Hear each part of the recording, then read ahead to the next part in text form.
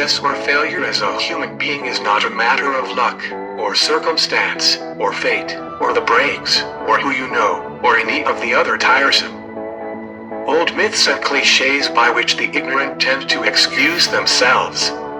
It's a matter of following a common-sense paradigm of rules guidelines anyone can follow. Attitude is defined as the position or bearing as indicating an action, feeling, or mood. And it is our actions, feelings, or moods that determine the actions, feelings, or moods of others. Our attitude tells the world what we expect in return. If it's a cheerful, expectant attitude, it says to everyone with whom we come in contact that we expect the best in our dealings with our world. You see, we tend to live up to our expectations. And others give to us, as far as their attitudes are concerned, what we expect. Our attitude is something we can control. We can establish our attitude each morning when we start our day. In fact, we do just that, whether or not we realize it.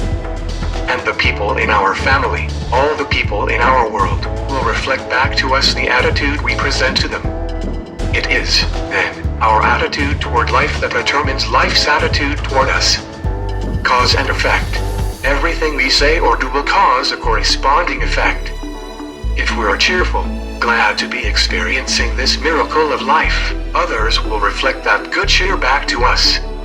We are the kind of people others enjoy being around. You and I are responsible for our lives. You and I produce causes all day long, every day of our lives. The environment can return to us only a corresponding effect. That's why I say that each of us determines the quality of his or her own life. We get back what we put out. Here's a way to evaluate the quality of your attitude in the past. Would you say that people tend to react to you in a smiling, positive manner, giving you friendly greetings when you appear? Your answer to that question will tell the story. I remember the time when a man and his wife bought a home across the street from me in Florida. The couple had moved to Florida from their home in Minnesota. They had planned the move for years.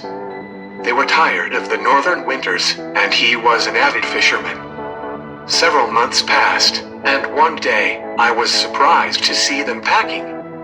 I walked across the street and asked the man if they were leaving so soon after they had made the move. He nodded. "My wife hates it here," he said. "We're going back home." I asked him how in the world his wife could hate it here, what she didn't like about the place. After a few questions, the truth came out. "She hasn't been accepted here," he said. "The other women of the community have left her strictly alone. She hasn't made any friends. She hasn't been asked to participate in any of the community activities. Has she let the other women know she's interested in participating in community activities?" I asked him. He stopped what he was doing and looked at me. "No," he said. "No, she hasn't. She's been waiting for the women to ask her.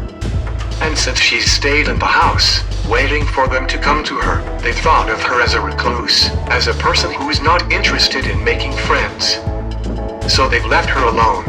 There was a long silence, and then he began nodding. "Yes, that's exactly what's happened," he said. "Yes, the women of the neighborhood should have come to her and introduced themselves or invited her to a tea or luncheon, but they were reacting to her. She didn't know that the community could give her back only a reflection of her own attitude." Here was a woman in her 60s who had never learned the first important rule for successful living, that our surroundings will always reflect us. That our environment is a mirror, often a merciless mirror, of ourselves. As soon as a person begins to change, his or her surroundings will change. And it works like this: great attitude, great results. Good attitude, good results. Fair or average attitude, fair or average results. Poor attitude, poor results.